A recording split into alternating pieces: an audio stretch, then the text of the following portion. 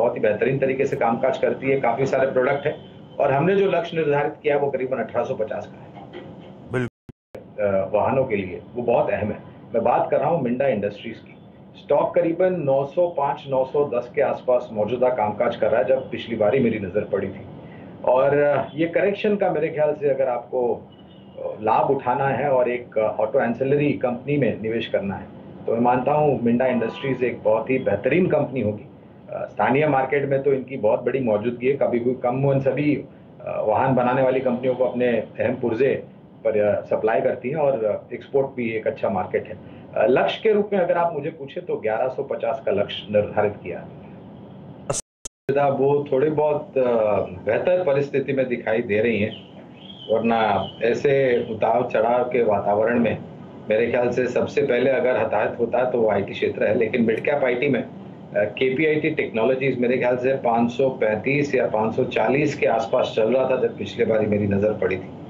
और ये स्टॉक मेरे ख्याल से ये जो करेक्शन का दौर आया उसमें 480 के नीचे गया और यही स्तर थे करेक्शन के पहले जब केपीआईटी यहाँ पर कामकाज कर रहा था। तो अगर ये 550 के ऊपर चला जाता है तीव्र गति से वॉल्यूम के साथ तो मुझे लग रहा है कि 580-600 तक के लक्ष्य ज़्यादा मुश्किल नहीं होंगे केपीआईटी टेक को पहुँचने के लिए। तो केपीआईटी टेक में हम यहाँ से शुरुआत करके धीरे धीरे करके खरीदारी करने की राय दे रहे हैं।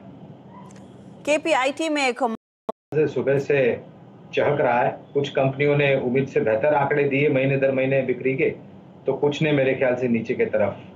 तो हमारी नज़र जो बनी है वो अशोक लीलैंड पे है और हमारी सोच समझ ये कहती है अर्षदा कि कमर्शियल व्हीकल की जो डिमांड है वो आने वाले समय में बहुत तीव्र गति से बढ़ेगी। एक तो स्क्रैपेज पॉलिसी को लेकर, दूसरी ई कॉमर्स में जो कदम बढ़ रहे हैं लोगों के, उसके कारण फ्लीट ओनर्स या फिर लॉजिस्टिक कंपनियों से भी मांग धीरे धीरे बढ़ रही है। निर्माण कार्य जिस तरीके से हो रहा है, डंपर्स की डिमांड ज़्यादा बढ़ रही है और कुल मिलाकर के जो एक अनिश्चितता का वातावरण था अब एक इतिहास हो चुका है। तो अशोक लेलैंड आज जो आंकड़े आए महीने दर महीने हमारा जो अनुमान था उससे बेहतर थे अर्षदा। और मध्यम अवधि में अगर आप मुझे पूछें तो लक्ष्य करीबन 160-165 का बन रहा है और अगर आपका लंबी अवधि का नजरिया है तो ये आपको 180-200 तक जाता हुआ नजर आएगा, लेकिन समय लगेगा। अपटेक आने की उम्मीद जरूर है और उसी को ज्यादातर जानकार इस समय भुना। अब फॉसिल फ्यूल से एग्जिट करने का मन बना रहे हैं, इस बीच कोई इन्वेस्टमेंट्स करने नहीं वाला और उसमें 1 डिकेड 2 डिकेड का समय लगना है जब इन्वेस्टमेंट्स नहीं हो रहे होंगे और शायद इसीलिए कच्चे तेल को लेकर रह रहे के बहुत बुलिश व्यूज भी आने लगे हैं। ओएनजीसी 150 ऑड लेवल्स पे अट्रैक्टिव है क्या लॉन्ग टर्म के लिए, 12 महीने के लिए? तो आशीष, मेरे ख्याल से ये जो परिवर्तन हो रहा है आइस इंजन से निकल करके आप सीएनजी या फिर इलेक्ट्रिक व्हीकल्स के तरफ जा रहे हैं, तो ऐसा नहीं है कि आइस इंजन आपको रास्ते पर दौड़ते हुए नजर नहीं आएंगे। पेट्रोल और डीजल तब भी बिकेगा लेकिन मात्रा कम होगी, जाहिर है, क्योंकि नए नए वाहन जो आएंगे रास्ते पर वो ऑल्टरनेटिव क्लीन ग्रीन फ्यूल या फिर इलेक्ट्रिक व्हीकल्स के दिखेंगे। हमारे यहाँ पर दिक्कत यह है कि एनईएल की जो एक्सप्लोरेशन पॉलिसी थी कि नीतियां थी या जो नियम थे वो बहुत ही नकारात्मक थे और निजी कंपनियों को छोड़ दीजिए, सरकारी कंपनियां भी जो एक्सप्लोरेशन जो कुदरती भंडार है offshore onshore ultra deep waters में, वो अभी तक अनएक्सप्लोर्ड है। नीतियों में बदलाव किया गया, अब आकर्षित हुए तो सरकारी कंपनियां और निजी कंपनियां मेरे ख्याल से जो हमारे सीमाओं में, समुद्री सीमाओं में जो कुदरती भंडार है या फिर अल्ट्रा टेल हाई टेरेन्स में जहां पर कुदरती भंडार है, वो एक्सप्लोरेशन एक्टिविटी शुरू की। थोड़ा समय लगेगा लेकिन ओएनजीसी पर खरीदारी की राय है हमारी। धीरे धीरे चलने वाला स्टॉक है, गेल ले लीजिए, ओएनजीसी ले लीजिए या फिर ऑयल इंडिया ले लीजिए, 200-210 तक के लक्ष्यांक है, लेकिन इसके लिए आपको कम से कम 2 साल की समय सीमा होनी चाहिए। ट्रेड या प्रेफर्ड स्टॉक इस समय फंडामेंटली जो आप लोग एक्यूमुलेट कर रहे हो, सबसे ज्यादा एग्रेसिवली जो एक्यूमुलेट कर रहे हो? आशीष, जो अनुमान मौसम विभाग ने बारिश को लेकर के दिया है और एक क्षेत्र जो बहुत ही प्रभावित हुआ था ग्रामीण और मध्यम ग्रामीण मांग को लेकर के, खपत को लेकर के, वो था एफएमसीजी। और जो नतीजे आए हैं उसको देखते हुए हमने एक स्टॉक को नतीजों के बाद ऊपर की तरफ के लक्ष्यांक किए हैं वो है गोदरेज कंज्यूमर प्रोडक्ट्स लिमिटेड। नतीजों के बाद करीबन 1080-1100 तक के लक्ष्य हमने किए हैं और मेरा ये मानना है कि वॉल्यूम्स और डिमांड ये दोनों में ही आने वाले समय में आपको वृद्धि होती हुई नजर आएगी, बड़े शहरों में से, ग्रामीण और मध्यम ग्रामीण भारत में से। सब तक रहा है और नंबर्स के बीच में बॉटम लाइन अभी भी अगर आप देखें तो लॉसेस में है। एबिटा फ्रंट पर आप देखें तो ये ब्रेक इवन हो गए हैं। आपकी अप्रोच क्या रहेगी इस स्टॉक पे, इस प्राइस पे क्या अट्रैक्ट कर रहा है क्या आपको ये स्टॉक? अभी भी थोड़ा मूल्यांकन को लेकर के मुझे लग रहा है कि महंगा लग रहा है वीरेंद्र। और एक वास्तविकता ये है कि हमारे देश में जितना भी ई कॉमर्स का कारोबार बढ़ेगा उतना ही प्रोत्साहन डिलीवरी जैसी कंपनियों को, लॉजिस्टिक क्षेत्र से जुड़ी हुई है, उनको मिलेगा, क्योंकि उनका कामकाज उतना तीव्र गति से आगे बढ़ेगा।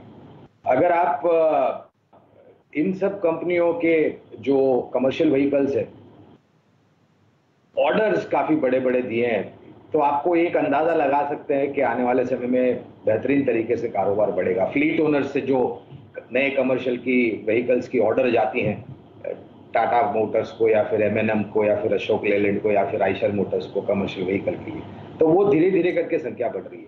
लेकिन 521 पर मैं उतावलापन करके, जल्दबाजी करके खरीदने की राय नहीं दूंगा।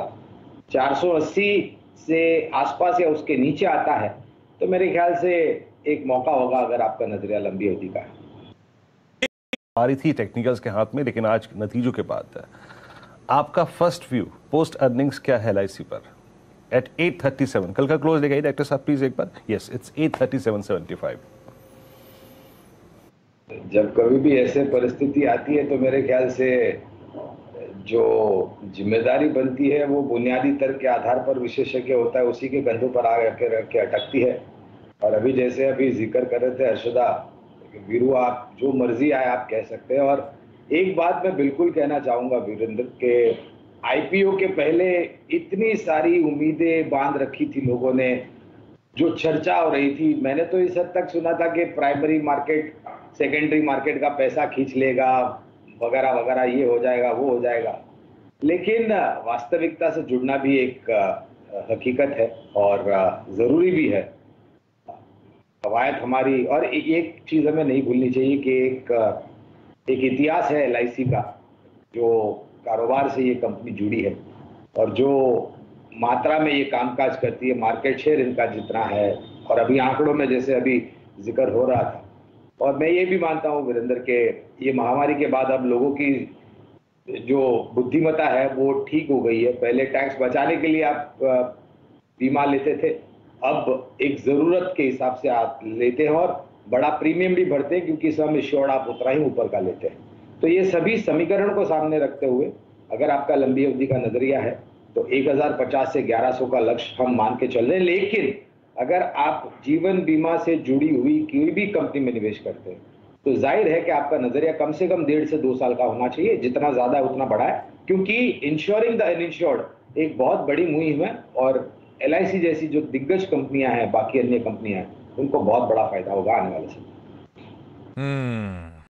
आप लोग खरीद रहे हो का सन फार्मा को? धन्यवाद आशीष आपका, और आप सभी को शुभ प्रभात हमारे तरफ से। तो अभी अर्शदा जिक्र कर रहे थे जो को लेकर के, और एक वन ऑफ आइटम को लेकर के मेरे ख्याल से बाकी अन्य आंकड़े देखे तो कमूमन जो अनुमान था उस पर खरे उतरे हैं और खरीदारी की राय है।